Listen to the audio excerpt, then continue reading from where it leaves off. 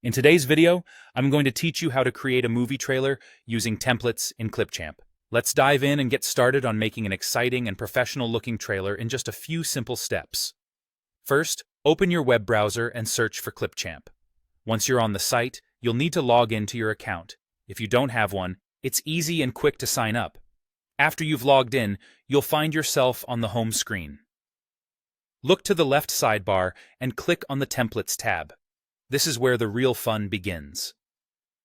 Clipchamp offers a wide variety of templates to choose from. You can use the search bar to find specific styles that you might have in mind, such as trailer, cinematic, or action. Alternatively, feel free to browse through the template categories if you're looking for some inspiration.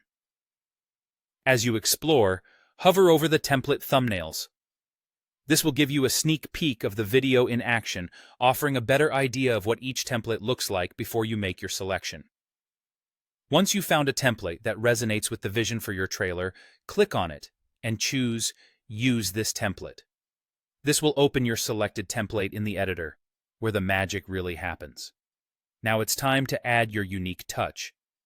Click the Import Media button in the Your Media tab to upload your own video clips, photos, and music. Personalizing the template with your media takes your trailer to the next level. Clipchamp also has an extensive stock library available.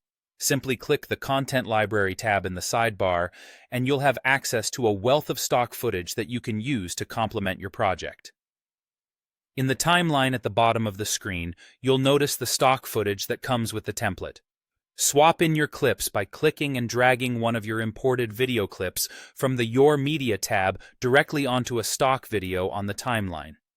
Your new clip will seamlessly replace the old one, giving your trailer a personalized touch. To make the trailer narratively cohesive, you'll need to edit the title cards and text boxes. Click on any text element in the timeline. This brings up the Text tab on the right sidebar, where you can change the text, font, size, and color to align with your movie's theme.